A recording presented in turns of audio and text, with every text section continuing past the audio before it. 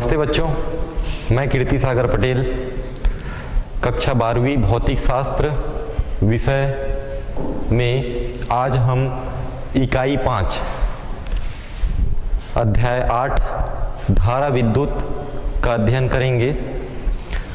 इसमें हम सर्वप्रथम विद्युत धारा का प्रवाह, जो विद्युत धारा है उसका प्रवाह किस प्रकार से होता है, इस पर प्रकाश डालते हैं। तो पहला जो हमारा इस पे टॉपिक है, विद्युत धारा का प्रवाह।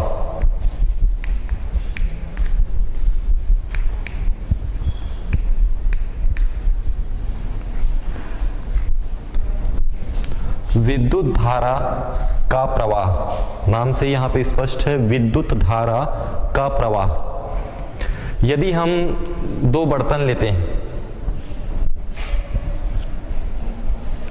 ये पहला बर्तन है जिसको मैं ए नाम दिया, ये दूसरा बर्तन जिसको बी नाम दिया। इन दोनों बर्तनों में यदि हम द्रव डालें, द्रव के रूप में मान लीजिए जल, वाटर जो कि लिक्विड फॉर्म में है, इसमें हम अधिक जल डालें, बी में यदि हम जल की जो मात्रा है कम डालें ए की अपेक्षा,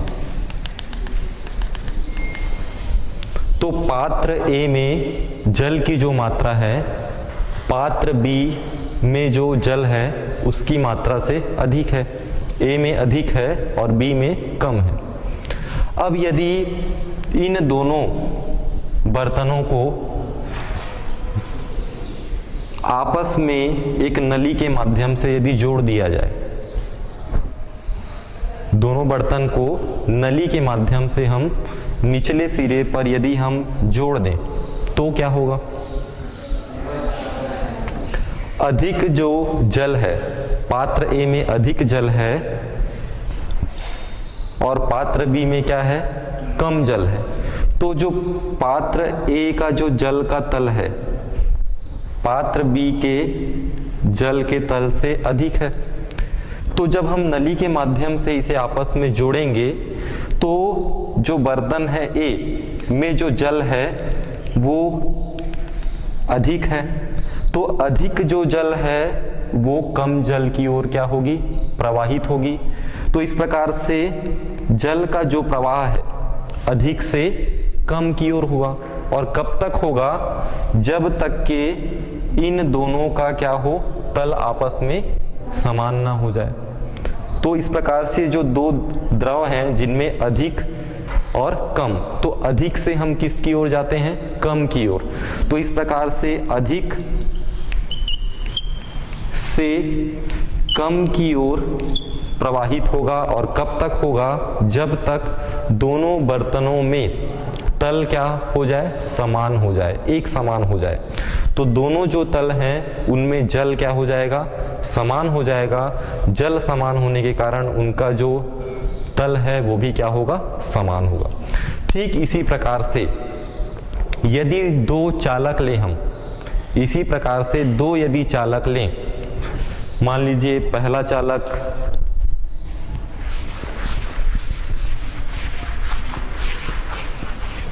ये हम लेते हैं ए, ये हमारा चालक है ए, ये हमारा दूसरा चालक है बी। तो दो चालक लेते हैं हम ए बी। चालक ए पर जो विभव है, चालक ए पर विभव अधिक है।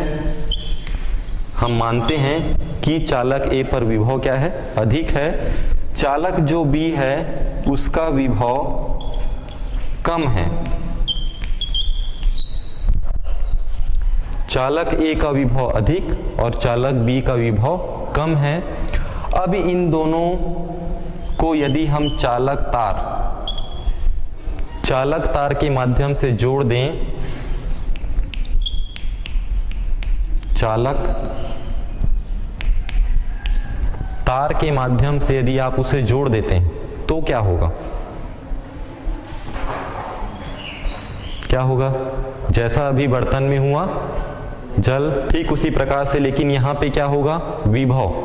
तो जब हम चालक तार से जोड़ते हैं तो चालक ए और चालक बी का जो विभव है वो जब तक एक समान नहीं हो जाता तब तक अधिक विभव से जो विभवांतर है कम विभव की ओर क्या होगा, अपना प्रवाहित होगा।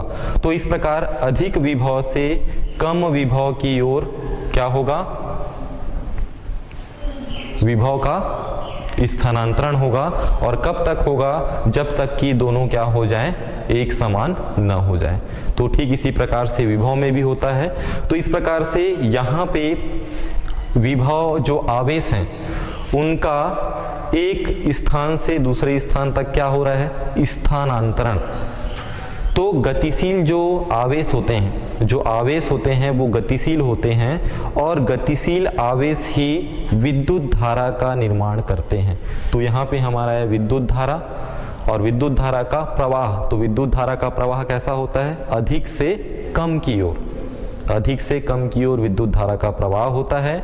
और विद्युत धारा जो होती है वो गतिशील आवेश जो है वो विद्युत धारा का निर्माण करते हैं। तो आपको याद रखना है कि गतिशील आवेश विद्युत धारा का निर्माण करते हैं। गतिशील आवेश विद्युत धारा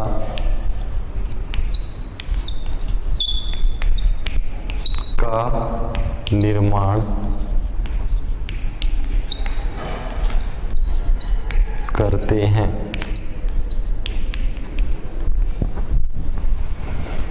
जो गतिशील आवेश होता है वो विद्युत धारा का निर्माण करते हैं। इस चीज को आपको याद रखना है। अब जब लगातार आपको विद्युत धारा प्राप्त करनी, लगातार विद्युत धारा प्राप्त करनी है तो आप क्या करेंगे, तो उसके लिए जो दो चालक हम लेते हैं तो दो चालकों के मध्य अधिक विभव से कम विभव की ओर क्या हो रहा है, उसमें स्थानांतरण। तो जो विभव का जो अंतर है जिसको हम लोग बोलते हैं विभवांतर, पहला चालक जिसमें अधिक विभव है, दूसरा चालक जिसमें कम विभव है, तो दोनों चालकों में क्या है, विभव है और वही क्या हो रहा है, आपस में स्थानांतरित हो रहे हैं। कोई अलग से विभव नहीं आ रहा है। जो अधिक विभव है वो कम विभव की ओर क्या हो रहा है, स्थानांतरण हो रहा है। तो जो विभव है वो दोनों में क्या हो जाता है, समान रूप से क्या होता है, बढ़ जाता है ना। तो जो विभव है अधिक विभव वो दोनों विभव ए और बी में दोनों चालक में समान रूप से बढ़ जाता है। तो इसका मतलब यह है कि दोनों में जो विभवांतर है वो क्या होना चाहिए, एक समान होना चाहिए, तभी आपका जो विद्युत धारा है वो बनी रहेगी। तो लगातार विद्युत धारा प्राप्त करना है आपको, लगातार विद्युत धारा यदि आपको प्राप्त करनी है तो उसके लिए दोनों चालकों के मध्य, दोनों चालकों के मध्य विभवांतर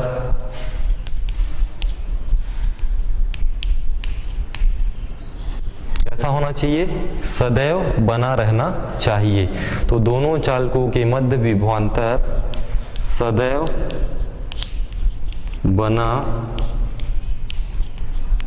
रहना चाहिए।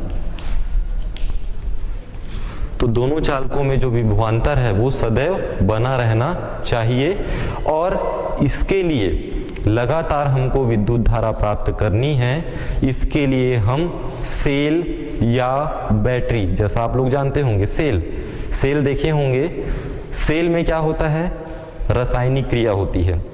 सेल में रासायनिक क्रिया होती है जिसके फलस्वरूप विद्युत धारा क्या होती है, लगातार प्रवाहित होती रहती है। तो हमको लगातार विद्युत धारा प्राप्त करना है तो दोनों चालकों के मध्य विभवांतर जो है सदैव बना रहना चाहिए। इसके लिए सेल या बैटरी प्रयुक्त करते हैं। इसके लिए हम क्या करते हैं, सेल या बैटरी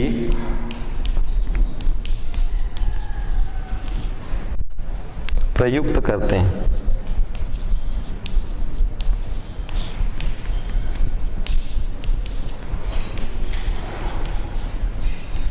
सेल बैटरी प्रयुक्त करते हैं क्योंकि सेलों में क्या होती है, रासायनिक क्रिया होती है। तो इस प्रकार से विद्युत धारा का प्रवाह होता है।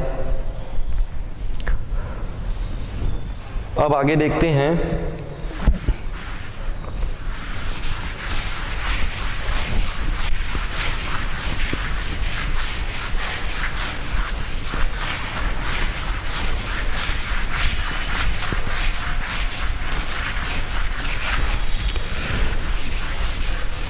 जिन पदार्थों में मुक्त इलेक्ट्रॉनों की संख्या अधिक होती है। पदार्थ बहुत सारे विद्यमान हैं, तो जिन पदार्थों में मुक्त इलेक्ट्रॉनों की संख्या अधिक होती है वे विद्युत के अच्छे क्या कहलाते हैं, चालक। तो जिन पदार्थों में मुक्त इलेक्ट्रॉनों की संख्या अधिक होती है वे विद्युत के अच्छे क्या होते हैं, चालक होते हैं। ये याद रखिए आप, जिन पदार्थों में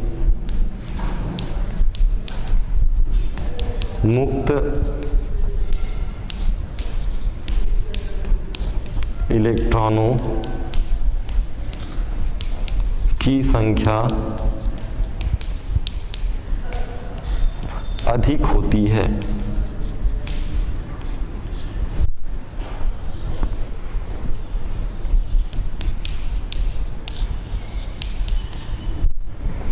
वे विद्युत के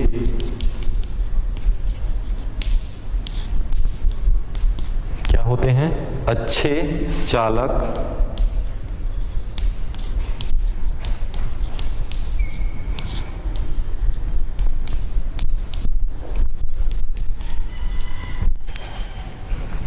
जिन पदार्थों में इलेक्ट्रॉनों की संख्या अधिक होती है वे विद्युत के अच्छे चालक होते हैं। इलेक्ट्रॉनों की संख्या अधिक होती है वे अच्छे चालक होते हैं। अब ये मुक्त इलेक्ट्रॉन क्या होता है, आप जानते हैं कि कोई भी परमाणु है, परमाणु के नाभिक में क्या होते हैं, जो इलेक्ट्रॉन है कक्ष में चारों ओर क्या होते हैं, चक्कर लगाते रहते हैं, और कक्ष को छोड़कर जो बाहर चक्कर लगाते हैं उन्हें हम कहते हैं मुक्त इलेक्ट्रॉन। और ये मुक्त इलेक्ट्रॉन की संख्या जिस पदार्थ में भी सर्वाधिक होती है, अधिक होती है, वे विद्युत के अच्छे चालक कहलाते हैं। तो चांदी जो है उसे क्या कहते हैं हम, विद्युत का अच्छा चालक है। तो चांदी जिसको है, सर्वप्रथम चांदी को विद्युत का अच्छा चालक माना गया है। इसके पश्चात तांबा, इसके पश्चात कौन सा आता है, सोना, इसके बाद क्रम में एल्यूमिनियम,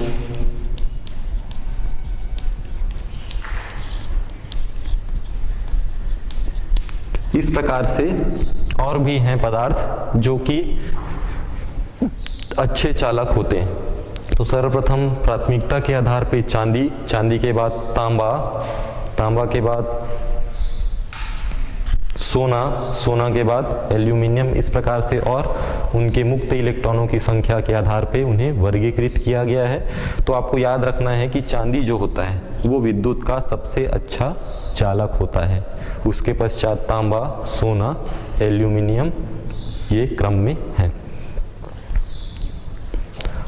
अब कोई भी यदि चालक है, उनके सिरों के मध्य यदि हम विभवांतर लगाते हैं, चालक है उनके दोनों सिरों के मध्य हम क्या लगाएंगे, विभवांतर, तो वहां पे एक विद्युत क्षेत्र उत्पन्न हो जाता है। तो जब हम विभवांतर लगाते हैं तो वहां पे विद्युत क्षेत्र उत्पन्न हो जाता है, जिसके कारण इलेक्ट्रॉन जो है विद्युत क्षेत्र की विपरीत दिशा में, इलेक्ट्रॉन विद्युत क्षेत्र की विपरीत दिशा में कम विभव से अधिक विभव की ओर प्रवाहित होने लगते हैं, जिसे विद्युत धारा प्रवाहित होता है। यदि हम इलेक्ट्रॉनों में देखें तो कोई भी चालक है, इनके सिरों के बीच जब आप विभवांतर लगाएंगे तो वहां पे क्या उत्पन्न होगा, विद्युत क्षेत्र उत्पन्न होगा। और जो विद्युत क्षेत्र के कारण जो इलेक्ट्रॉन है वो क्या होगा, विद्युत क्षेत्र की विपरीत दिशा में। इलेक्ट्रॉन विद्युत क्षेत्र मान लीजिए आगे है तो उसके विपरीत पीछे की ओर दिशा में अधिक विभव कम विभव वाले सिरे से अधिक विभव वाले सिरे की ओर प्रवाहित होने लगती है। तो इलेक्ट्रॉनों में जस्ट क्या होता है, विपरीत होता है। तो हम ये कहेंगे कि ठोस पदार्थों में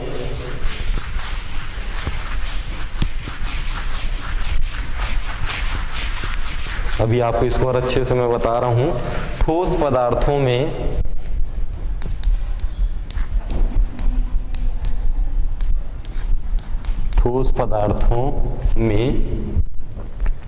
विद्युत धारा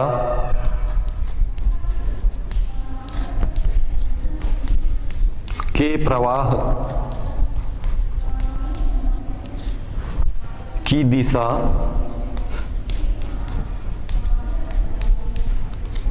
इलेक्ट्रॉन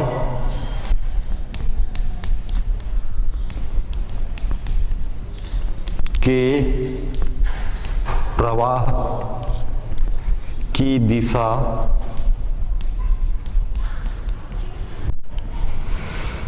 के विपरीत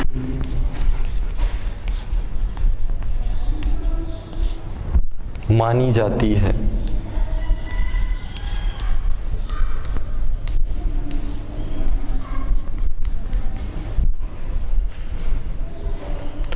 ठोसों में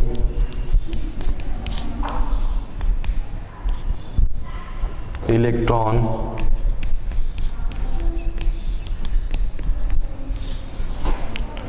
विद्युत धारा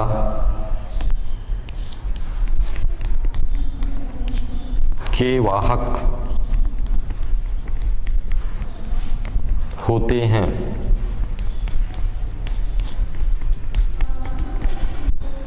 तो यदि हम ठोस पदार्थों में देखें तो ठोस पदार्थों में विद्युत धारा की प्रवाह की जो दिशा है इलेक्ट्रॉन के प्रवाह की दिशा के विपरीत, जो इलेक्ट्रॉन हैं उनकी प्रवाह की दिशा के ठीक विपरीत मानी जाती है। अर्थात ठोसों में जो इलेक्ट्रॉन हैं विद्युत धारा के वाहक होते हैं। तो ठोस जो होते हैं उसमें विद्युत धारा जो बहेगी वो किसके कारण बहेगी, इलेक्ट्रॉन के कारण। तो ठोसों में इलेक्ट्रॉन विद्युत धारा के वाहक होते हैं। तो यहाँ पे विद्युत धारा जो है वो ठोसों में इलेक्ट्रॉन के प्रवाह के विपरीत दिशा में होने के कारण उसमें विद्युत धारा प्रवाहित होती है। जब वो विपरीत होगा तभी उसमें विद्युत धारा क्या होगी, प्रवाहित होगी। आगे बढ़ते हैं। विद्युत धारा, ये हमने देखा विद्युत धारा का प्रवाह किस प्रकार से होता है, ठोसों में किस प्रकार से होता है। तो इलेक्ट्रॉन विद्युत धारा के वाहक होते हैं ठोसों में। अब हम आ जाते हैं विद्युत धारा।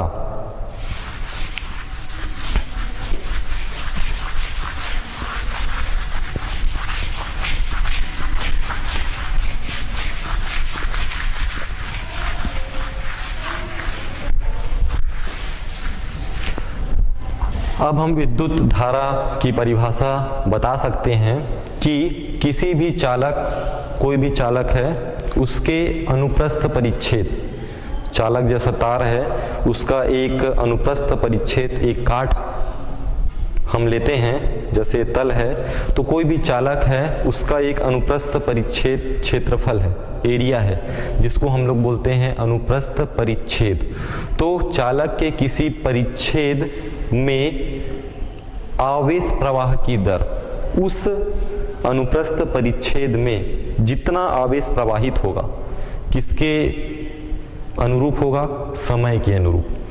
तो समय उस पे लगेगा और एक निश्चित जो परिच्छेद है उस पर आवेश प्रवाह की जो दर है वो कहलाएगी विद्युत धारा। तो हम कहेंगे कि चालक के किसी परिच्छेद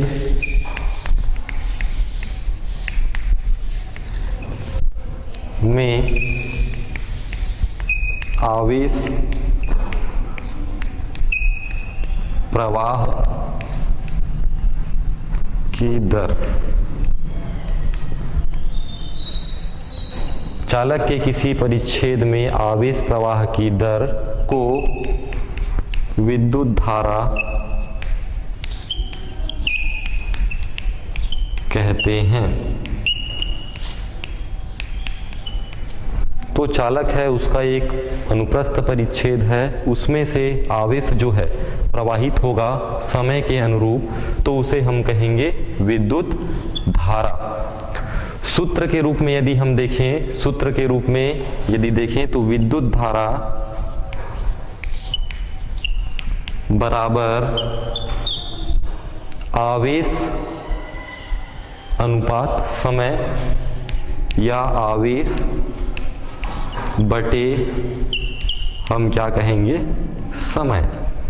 तो विद्युत धारा बराबर आवेश बटे समय। आवेश और समय का जो अनुपात है वो विद्युत धारा कहलाता है। विद्युत धारा,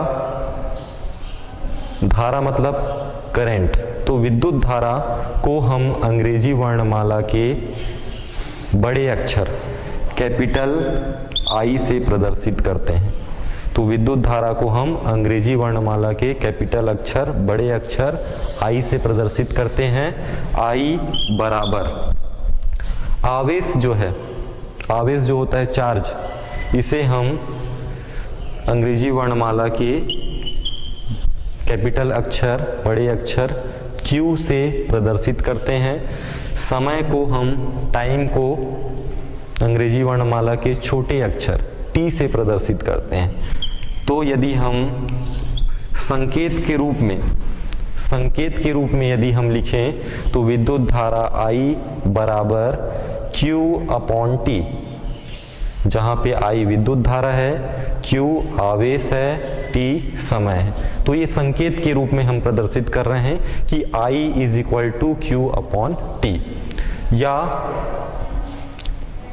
इस T को हम यदि इधर पक्षांतर कर दें या तिर्यक गुणा कर दें तो क्या होगा, Q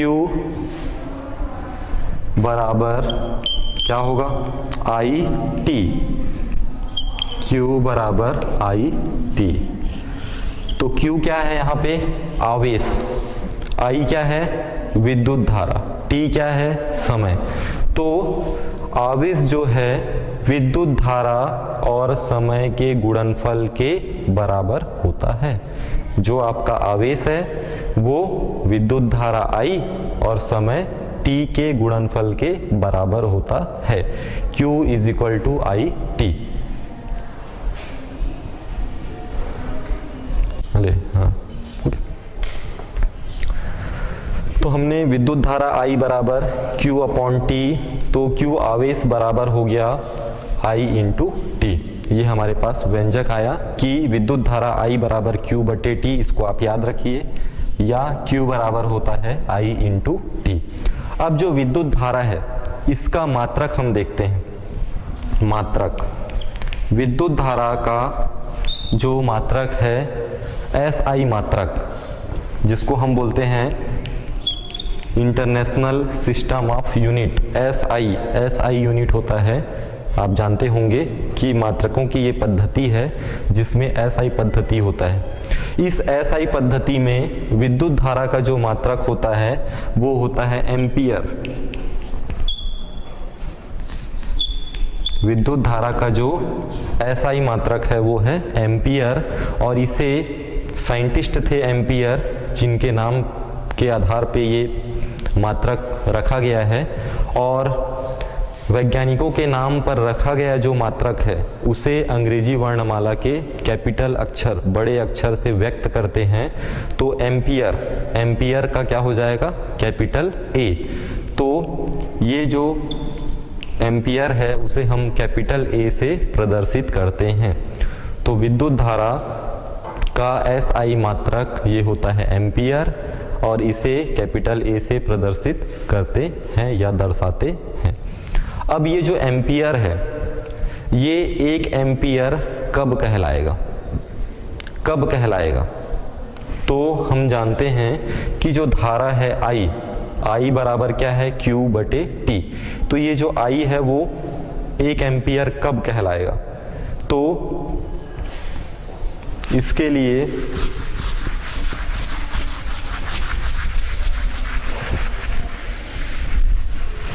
यदि हम 1 कूलाम आवेश लें, ये इकाई है आवेश का कूलाम, 1 कूलाम यदि हम क्या लें, आवेश लें 1 सेकेंड में, तो 1 सेकेंड में यदि आवेश प्रवाह की दर, जैसा कि हमारा परिभाषा था, आवेश प्रवाह की दर को हम क्या कहते हैं, विद्युत धारा कहते हैं। तो आवेश प्रवाह की दर 1 सेकेंड में कितना होना चाहिए, 1 कूलाम। तो आवेश जो प्रवाह की दर है यदि 1 सेकेंड में 1 कूलाम हो जाती है, तो जो प्राप्त धारा है, जो धारा प्राप्त होगी वो क्या कहलाएगा, 1 एम्पियर। आप इसे पूरा पूरा भी लिख सकते हैं या इसी 1 एम्पियर को आप ऐसा भी दर्शा सकते हैं, 1 एम्पियर, कैपिटल A एम्पियर। तो इस प्रकार से जो धारा होगी वो 1 एम्पियर कहलाएगी। विद्युत धारा जो होती है वो एक अदिश राशि होती है। धारा कैसी राशि होती है, अदिश राशि। जानते हैं आप सदिश और अदिश दो राशियां होती हैं, तो विद्युत धारा जो होती है एक अदिश राशि होती है।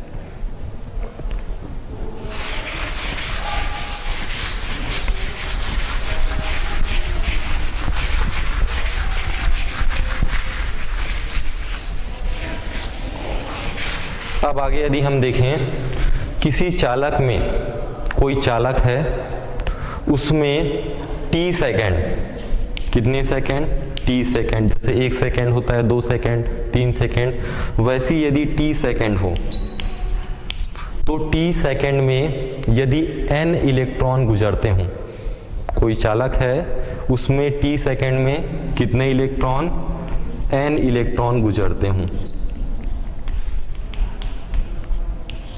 n इलेक्ट्रॉन यदि गुजरते हों, तो कुल आवेश कितना हो जाएगा,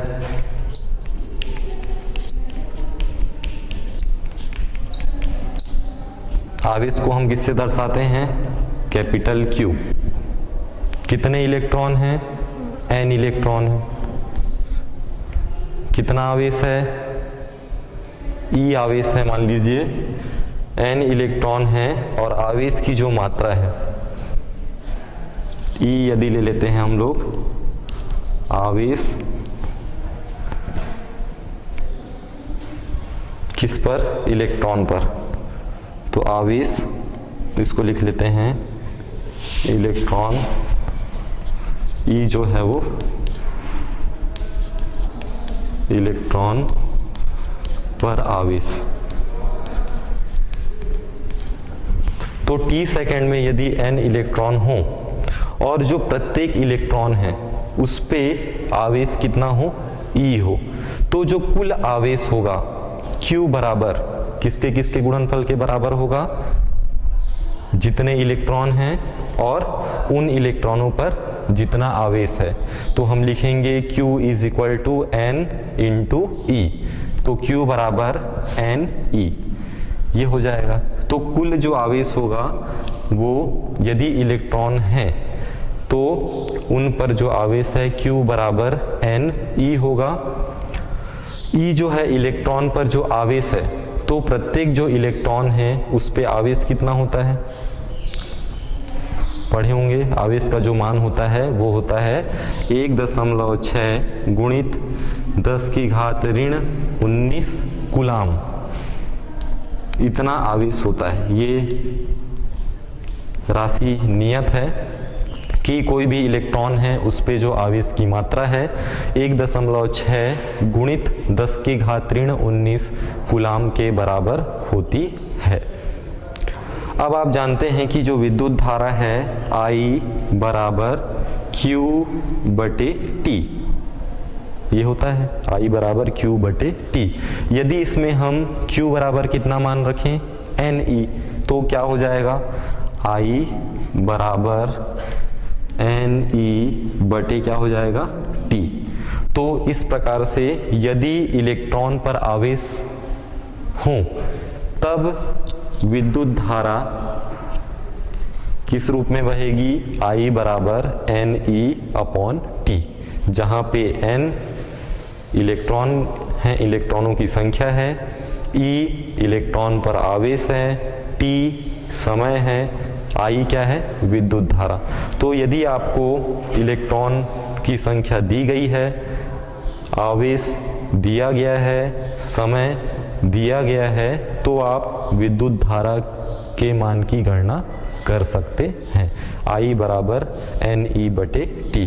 तो इस सूत्र का उपयोग आप कब करेंगे, जब आपको इलेक्ट्रॉन की संख्या दी गई है, आवेश की संख्या दी गई है और समय दिया गया है, तब आप इस सूत्र का उपयोग करेंगे I बराबर NE बटे T। यदि आपको आवेश और समय दिया गया है, आवेश की दर, समय, ये दो चीज दी गई हो, तो उस समय उस स्थिति में आप विद्युत धारा I बराबर Q बटे T का उपयोग करेंगे। यदि आपको इलेक्ट्रॉन की संख्या दी गई है, आवेश दिया गया है, कुल आवेश ज्ञात करना है, तो Q बराबर आप क्या लगा सकते हैं NE। इस सूत्र की सहायता से आप मान ज्ञात कर सकते हैं। अब इसके आगे हम आगे बढ़ते हैं।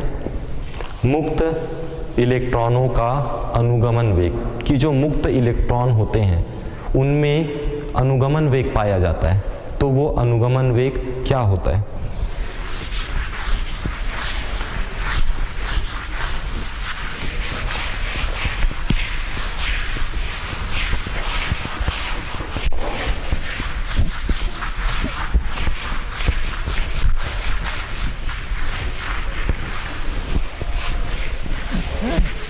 मुक्त इलेक्ट्रॉनों का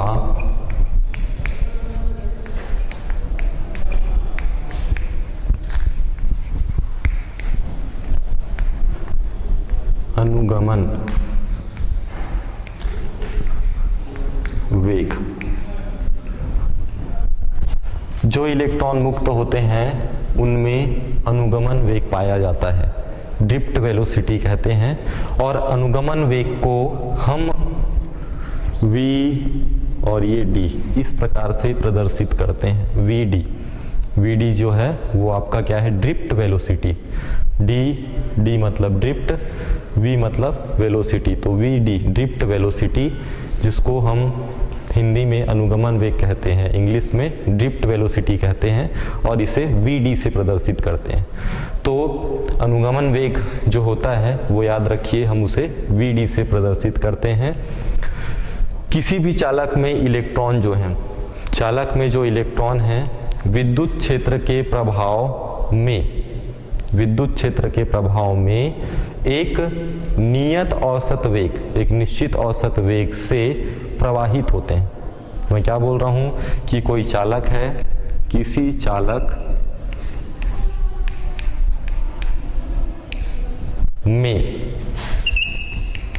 में क्या है इलेक्ट्रॉन, किसी चालक में इलेक्ट्रॉन विद्युत क्षेत्र के प्रभाव से, किसके प्रभाव से, विद्युत क्षेत्र के प्रभाव से एक नियत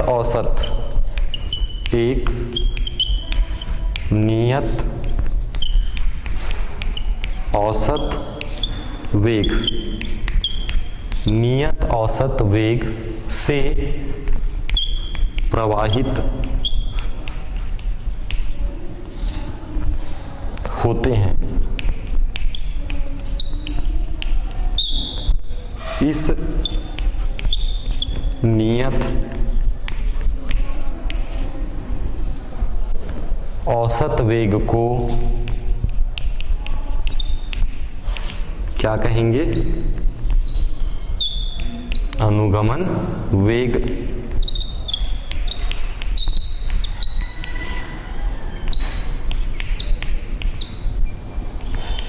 अनुगमन वेग कहते हैं।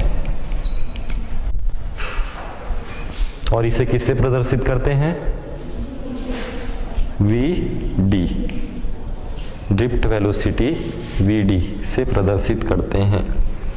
तो किसी चालक में, कोई चालक है, उसमें क्या होना चाहिए? इलेक्ट्रॉन।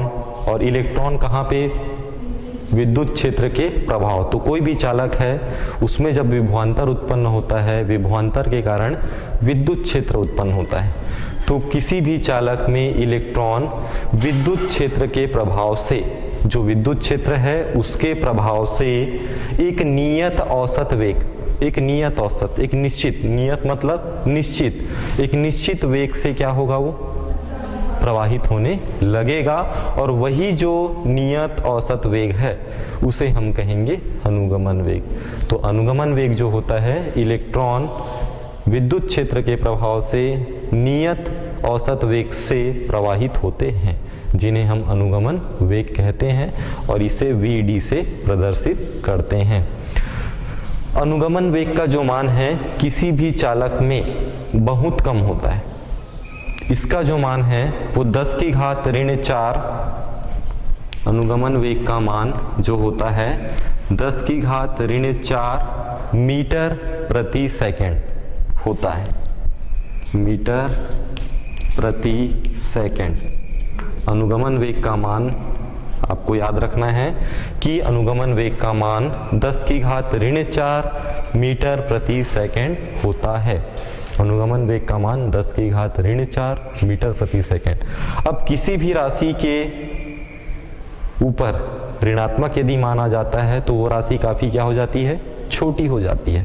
तो देखिए 10 की घात में यदि 4 होता है तो आप क्या बोलते हैं?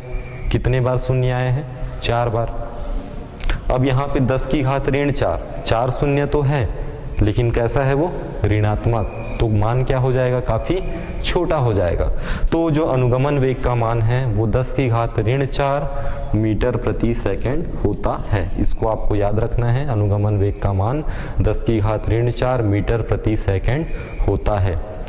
जो विद्युत धारा में जो प्रवाह है, विद्युत धारा का जो प्रवाह है वो अनुगमन वेग के कारण ही होता है। ये जो अनुगमन वेग है इनके कारण ही विद्युत धारा का प्रवाह होता है। विद्युत धारा का प्रवाह किसके कारण होता है? अनुगमन वेग के कारण होता है।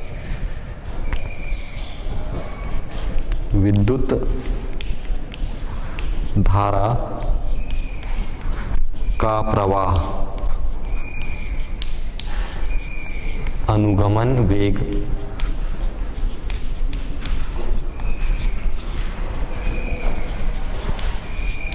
के कारण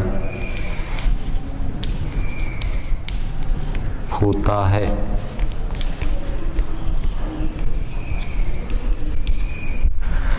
तो जो विद्युत धारा का प्रवाह है वो अनुगमन वेग के कारण होता है, ये आपको याद रखना है। तो अनुगमन वेग की परिभाषा, उनका मान कितना होता है ये आपको याद रखना है, परिभाषा और उनका मान, और विद्युत धारा का जो प्रवाह है अनुगमन वेग के कारण होता है। अब हम इसके पहले पढ़े विद्युत धारा और अभी पढ़े हम अनुगमन वेग। तो विद्युत धारा और अनुगमन वेग में क्या संबंध है? इन दोनों में संबंध हम देखते हैं।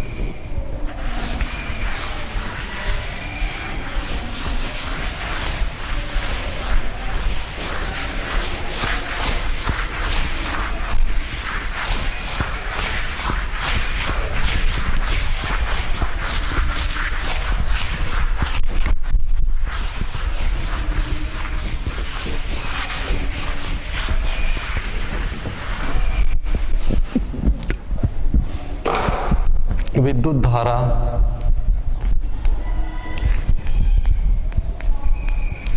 और अनुगमन वेग में संबंध।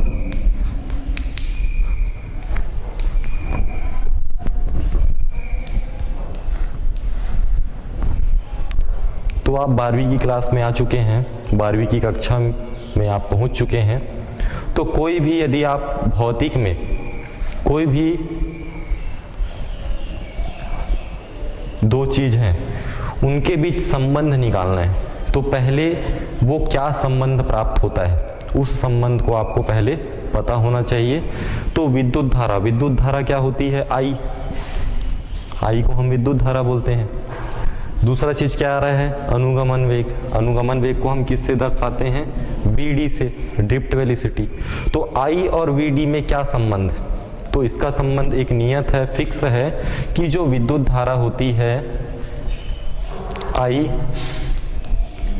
बराबर ये होता है NEAVD।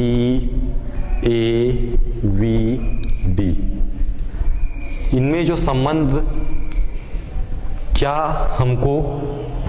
हम अभी उस संबंध को ज्ञात करने जा रहे हैं, वो संबंध हम अभी ज्ञात करेंगे, ठीक है। लेकिन क्या ज्ञात करना है ये हमको पहले से पता होना चाहिए कि विद्युत धारा और अनुगमन वेग में जो संबंध है वो होता है विद्युत धारा बराबर n क्या है? इलेक्ट्रॉनों की संख्या, E क्या है? आवेश, A क्या है? क्षेत्रफल, Vd क्या है? अनुगमन वेग। तो जो विद्युत धारा है इलेक्ट्रॉनों की संख्या, इलेक्ट्रॉनों पर आवेश, क्षेत्रफल और अनुगमन वेग के गुणनफल के बराबर होती है। I बराबर NEAVD। यदि आपको ये चीज पता है, चार चीजें उसमें आ रही हैं, NEAVD, Vd अनुगमन वेग, ड्रिफ्ट वेलोसिटी, तो हम इसको क्या करेंगे? अभी ज्ञात करेंगे। तो ज्ञात करने के लिए हमको ये पता है कि दोनों में संबंध क्या है, I बराबर NEAVD, ये हमको पहले से पता होना चाहिए, तभी आप उसको ज्ञात कर पाएंगे। परीक्षा में आपको दिया है विद्युत धारा अनुगमन वेग में संबंध ज्ञात कीजिए, न कि ये दिया रहेगा I बराबर NEAVD की सूत्र की स्थापना कीजिए। तो सबसे पहले आपको फिजिक्स में, भौतिक में पहले हमको क्या लाना है, क्या ज्ञात, दोनों में क्या संबंध, ये ज्ञात होने पर आप उसको आसानी से ज्ञात कर सकते हैं। अब उसको ज्ञात करना है तो ज्ञात करने के लिए सबसे पहले हम क्या लेंगे? कोई चालक तार लेंगे, ठीक है। तो किसी चालक तार, इसमें हमारे पास आ रहा है कैपिटल A। सबसे पहले कैपिटल A पे हम देखेंगे। तो कैपिटल A जो है वो चालक तार का क्या है? क्षेत्रफल। तो किसी चालक तार के अनुप्रस्थ बोलेंगे हम, अनुप्रस्थ परिच्छेद का क्षेत्रफल, जिसको हम लेंगे कैपिटल A। तो जो चीज वहां पे आ रही है हम उस चीज को ले रहे हैं। तो किसी चालक तार के अनुप्रस्थ परिच्छेद का क्षेत्रफल मान लीजिए क्या है? कैपिटल A है। तो ये हम मान के चल रहे हैं, तो इसे हम मान लो, शुरू में हम लिख लेते हैं मान लो। ये सब हम मान के चल रहे हैं कि चालक तार के अनुप्रस्थ का क्षेत्रफल है कैपिटल A। इलेक्ट्रॉनों की संख्या क्या होनी चाहिए? इलेक्ट्रॉनों की संख्या क्या होनी चाहिए? n। तो लिखेंगे हम प्रति एकांक आयतन पर इलेक्ट्रॉनों की संख्या।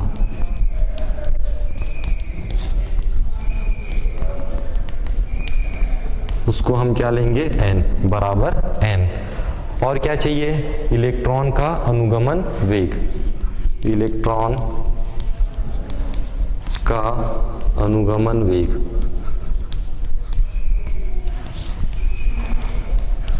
किससे दर्शाएंगे हम? Vd से। और आवेश, ठीक, तो उसको हम अब देखते हैं कि यदि हम देखते हैं कि विद्युत धारा बराबर होता है आवेश बटे समय, कि एक सेकंड में तार के किसी अनुप्रस्थ परिच्छेद पर इलेक्ट्रॉनों की संख्या कितनी है? इलेक्ट्रॉनों की संख्या। तो एक सेकंड में, कितने सेकंड में? एक सेकंड में किसी अनुप्रस्थ परिच्छेद पर इलेक्ट्रॉनों की संख्या। तो इलेक्ट्रॉनों की संख्या कितनी है? n इलेक्ट्रॉन है। क्षेत्रफल कितना है? a। अनुगमन वेग कितना है? vd। और कितने सेकंड में? एक सेकंड में। तो एक से इसमें गुणा करेंगे तो कितना आएगा? NaVd, इतना ही आएगा। तो एक सेकंड में तार के किसी अनुप्रस्थ परिच्छेद पर इलेक्ट्रॉनों की संख्या हो गई NaVd। तो t सेकंड में कितना हो जाएगा? t सेकंड में इसमें कितने से गुणा हो जाएगा? t से। तो NaVd इंटू t हो जाएगा। अब आवेश कितना है? E है। आवेश कितना है? E है। तो अब आवेश E है तो कुल जो आवेश है Q वो क्या हो जाएगा? NeAVdT। NeAVd इंटू टी, सभी का आपस में गुणा हो जाएगा NeAVd इंटू टी। अब आप जानते हैं कि जो धारा I बराबर क्या होता है? Q बटे T। अब इसमें हम Q का मान रखेंगे NeAVd into T upon T. तो T से T क्या हो जाएगा? कैंसिल। तो क्या बचेगा? I बराबर NeAVd। तो देखिए इस प्रकार से हमारा चार चीजें NeA और Vd आना चाहिए और वो आ गया। इस प्रकार से विद्युत धारा और अनुगमन वेग में संबंध हमें प्राप्त हुआ। I बराबर NeAVd। धन्यवाद।